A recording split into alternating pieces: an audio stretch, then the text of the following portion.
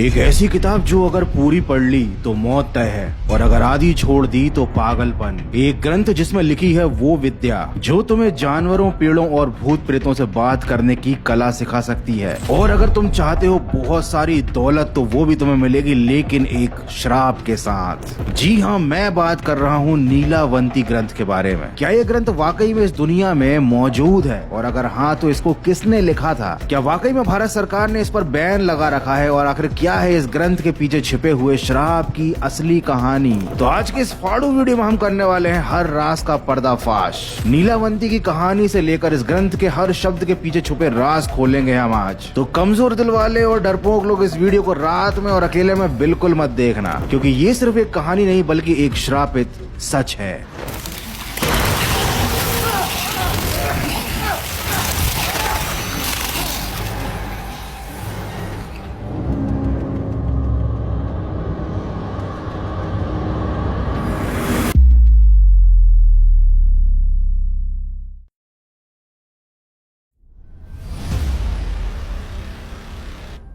जब लोग नीलावंती ग्रंथ की बात करते हैं तो उसमें नीलावंती को एक गुप्त तांत्रिक शक्ति के रूप में दर्शाया जाता है। ये एक ऐसी दिव्य स्त्री होती है जो कि पेड़ पौधों से, जानवरों से और भूत पिशाचों से बात करने की शक्ति दे सकती है। जब मैंने इस बारे में और पढ़ा तो मुझे मालूम चला कि नीलावंती एक यक्षिणी थी। कुछ यक्षिणी रक्षक होती हैं, कुछ सिद्धियां देती हैं और कुछ तबाही ला देती है जिंदगी में। जिनको नहीं पता बता देता हूँ कि यक्षिणी न पूरी तरह से देवी होती है और न ही पूरी तरीके से राक्षसी। ये प्रकृति की वो रहस्यमयी शक्ति होती है जो दिखने में काफी सुंदर और शक्तिशाली होती है, लेकिन कभी कभी इंसानों के लिए बहुत ज्यादा खतरनाक होती है। इसको ऐसे समझो, अगर देवियां है शक्ति तो यक्षिणी है गुप्त शक्ति। और अगर तुम यक्षिणी के बारे में और ज्यादा डिटेल में जानना चाहते हो तो मैंने ऑलरेडी एक वीडियो इस पर बना रखा है। तो अब सवाल ये उठता है कि आखिर नीलावंती नाम की इस यक्षिणी ने ये ग्रंथ क्यों लिखा? क्यों उसने अपना सारा ज्ञान एक ग्रंथ में लिख दिया और बाद में उस ग्रंथ को खुद ही श्रापित भी बना दिया? तो इस श्राप के पीछे की जो सच्चाई है वो जानने के लिए हमारे पास बस एक तरीका है, वो है इंटरनेट। और इंटरनेट पर इस यक्षिणी से रिलेटेड एक कहानी बहुत ज्यादा वायरल है। तो चलो जानते हैं कि आखिर यक्षिणी मतलब नीलावंती की कहानी है क्या।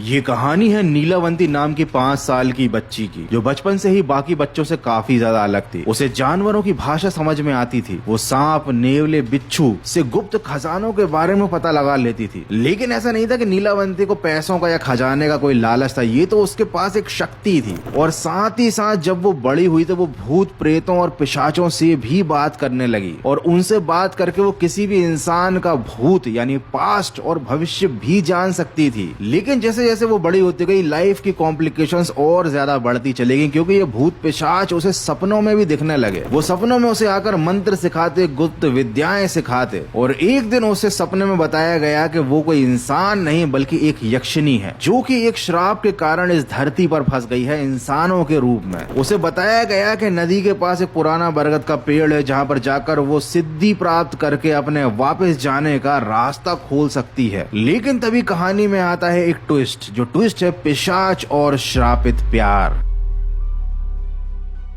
जब वो पेड़ के पास जा रही होती है तो रास्ते में उसकी एक व्यापारी से मुलाकात होती है। वो व्यापारी उस पर मोहित हो जाता है, शादी की रखता है उससे शर्त। अब चूंकि नीलावंती को भी उस पेड़ के नीचे लंबे समय तक साधना करनी थी और कोई ना कोई उसे ऐसा चाहिए था जो कि बाकी समय उसकी जरूरतों का ख्याल रखे, तो फिर नीलावंती शादी करने के लिए मान गई। लेकिन उसने ये शर्त रखी कि रात के समय में साधना करने के लिए जंगल में जाती हूँ तो तुम मुझे जंगल में जाने से नहीं रोकोगे। अब व्यापारी तो नीलावंती पर लट्टू हो गया था, तो उसने उसकी हर बात को स्वीकार किया। दोनों ने बढ़िया शादी करी, साथ रहने लगे। रात में आकर पेड़ के नीचे अपनी साधना करती थी नीलावंती, और साथ ही साथ उस व्यापारी के कहने पर अपनी सारी विद्याओं को एक किताब में भी लिखती जा रही थी वो। अब यक्षिणी को अपनी सिद्धि प्राप्त करने के लिए जानवरों की बलि भी देनी पड़ रही थी, और चूंकि वो जानवरों से बात कर सकती थी इसीलिए जानवर उसकी बात मानकर आराम से बलि देने को तैयार हो जाते थे। लेकिन एक दिन गाँव वालों ने उसे रात में ये सब करते हुए देख लिया। जानवरों की बलि देते हुए, रात में पेड़ के नीचे साधना करते हुए, तो लोगों को लगा कि शायद भाई ये कोई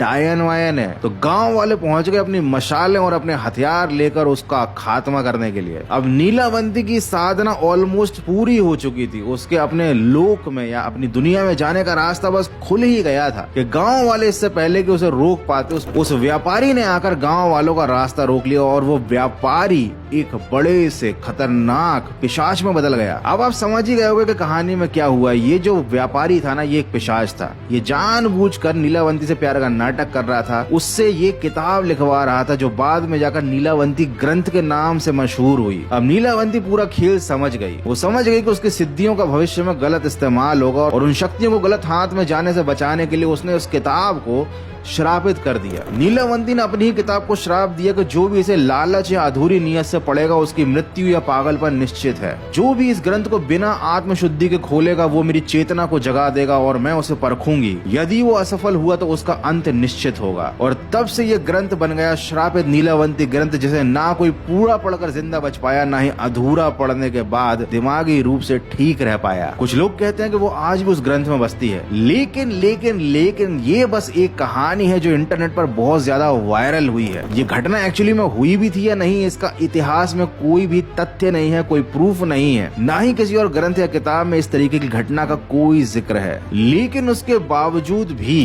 भारत के लोग नीलावंती ग्रंथ को लेकर